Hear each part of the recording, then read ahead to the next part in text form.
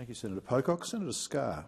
Thank you very much, Acting Deputy President. And if I can first observe, Acting Deputy President, your role in relation to the PwC examination of matters relating to PwC, and I acknowledge the service which you've provided through your committee memberships in that regard in terms of exposing that dreadful egregious conduct. And here we have, unfortunately, another piece of egregious conduct, this time engaged in by senior, that must be emphasised, senior members of KPMG.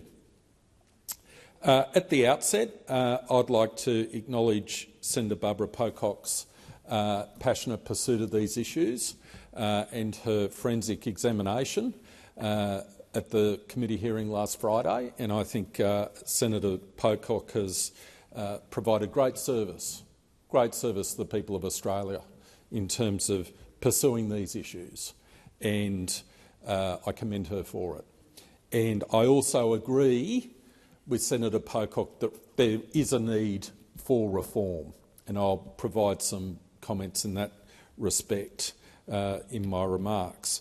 I'd also like to acknowledge Senator O'Neill, of course, who has provided outstanding leadership of the Parliamentary Joint Standing Committee on Corporations, Laws and Financial Services. Outstanding leadership.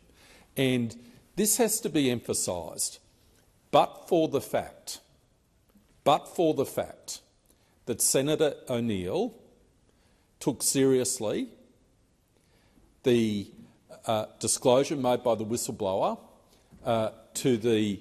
to Senator O'Neill, and through Senator O'Neill to the Joint Standing Committee on Corporations, Law and Financial Services. But for that fact, this matter would not have come to public light. But for the fact that a senator in this place had to give a speech in the Australian Parliament, KPMG would not have taken appropriate action. The Chief Executive Officer of KPMG would still be in his position. The Chief Operating Officer of KPMG would still be in her position. The Head of Audit would still be in his position. The relevant audit partners would still be in their positions. The Chairman of the Board of KPMG Australia would still be in his position. But for the fact that the whistleblower made the relevant disclosures and Senator O'Neill gave that speech in March of this year. And but for the fact the whistleblower blew the whistle, ASIC wouldn't be engaging in the investigations it's engaging in now. Chartered Accountants Australia and New Zealand wouldn't be engaging in the investigations they're engaging in. And a whole raft of other responses wouldn't have been set in train. So we've got to ask ourselves the fundamental question, what is wrong with the system when someone who is seeking is doing the right thing within, in this case KPMG, trying to get their concerns taken seriously, both internally within KPMG Australia and also going through appropriate avenues to bring the attention to KPMG International. Why did it take Senator O'Neill to give that speech for this matter to come to light? And that is the reason why reform is necessary. And this reform is urgently required. Why? Because the whistleblower has told us, if the whistleblower knew back when they made their initial disclosure what they would be going through over the last 12 months in terms of the personal toll, the financial toll, the toll on their career, if the whistleblower knew then what the whistleblower knows now, they wouldn't have blown the whistle because of the huge cost they've incurred. And that's not good enough. That's not good enough. And there are systemic failures which must be addressed. In this regard, I think we need, and Senator O'Neill has made this point repeatedly, the audit function is integral to trust in our financial system. from large superannuation funds to listed public companies to government-owned entities. Audit is absolutely crucial as a function. It's a key check and balance in our financial system and provides everyone associated with the financial system, including investors, shareholders, creditors, with confidence in the system. Once you undermine that confidence, you are undermining trust in our financial system. And we heard the gravity of the situation in the comments made by the chairman of Lend-Lease, who said, in essence, and these are my words, not his, but in essence he said, well, given KPMG used our information the way they used the information, in breach of the terms on which they were given that information, how can we trust KPMG? They've undermined our trust. And Lend-Lease has actually moved to terminate the engagement of KPMG as its auditor after over 60 years of using KPMG as its auditor. And that, to me, just underlines the importance of pursuit of these issues. Second point I'd make is it is clear there are huge gaps in our regulatory system. KPMG is a large partnership and our corporations law is simply not fit for purpose in terms of regulating a large partnership and in terms of holding to account those in large partnerships who are engaging in misconduct.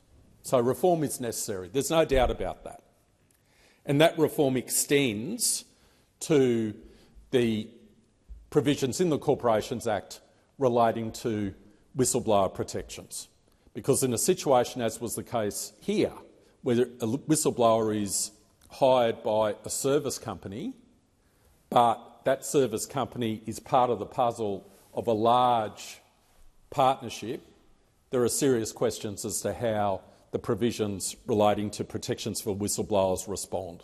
Now, I personally believe there's good arguments that those protections did apply to the whistleblower, given the whistleblower was hired by a service company. That's my view. But there shouldn't be any doubt about this.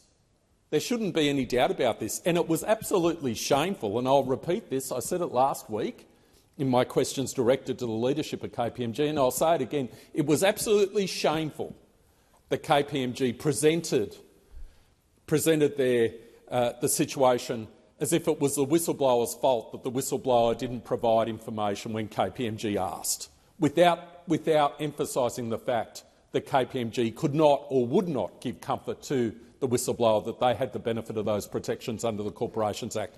That was absolutely shameful. Shameful. And I'll say that again here this evening. So there are gaps in the regulatory regime. Now, what the appropriate response to that is still, in my view, with all due respect to Senator Pocock, somewhat of an open question. What the actual regulatory response should be. There must be one. There must be reform. There must be change. This must never be allowed to happen again. I agree, and I'll passionately advocate in that regard.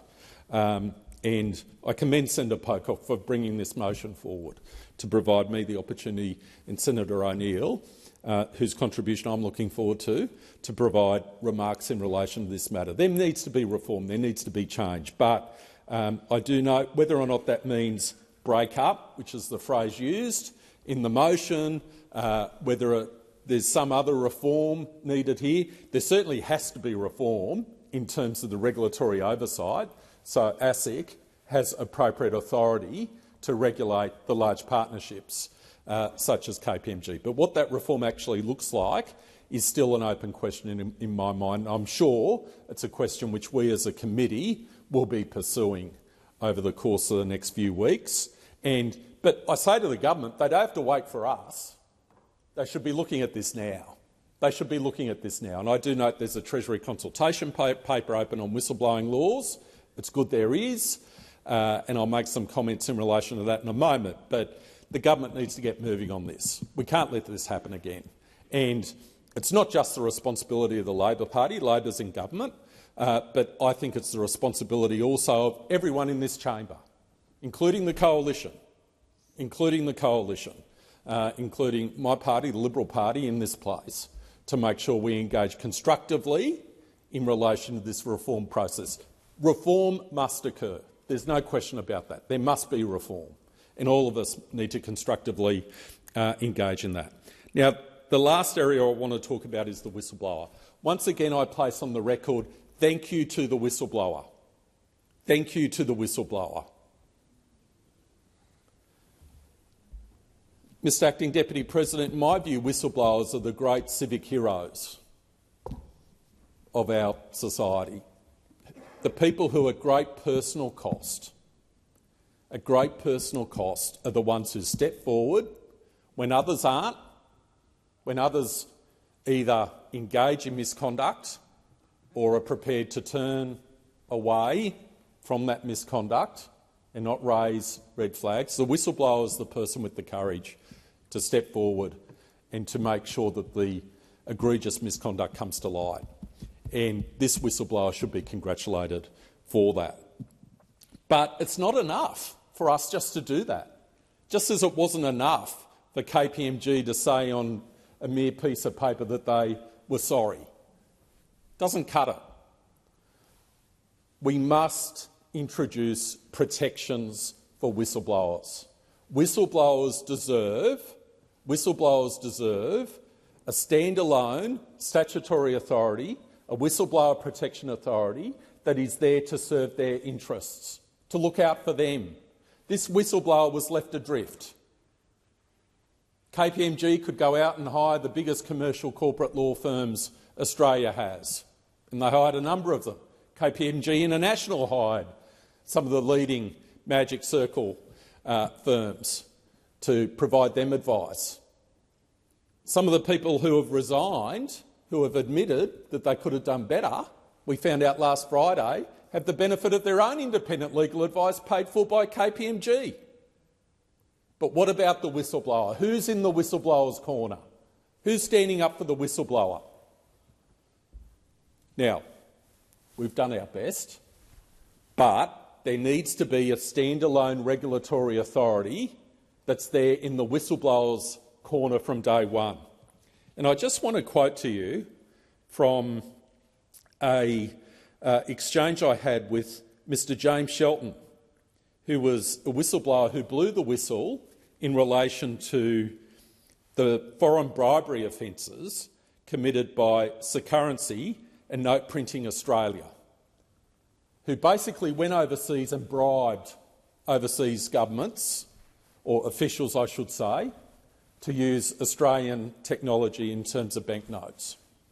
And James Shelton is an Australian hero who blew the whistle and suffered terribly for it.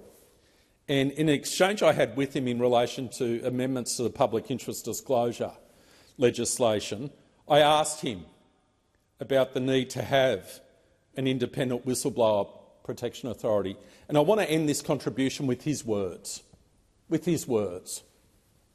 An independent whistleblower protection authority which could provide a guide, a way forward and a pathway on what you will experience, what's going to come up and what you will feel, and also provide some support services would have made the world of difference to me. It's too late for me. But for others who come after, yes, 100%.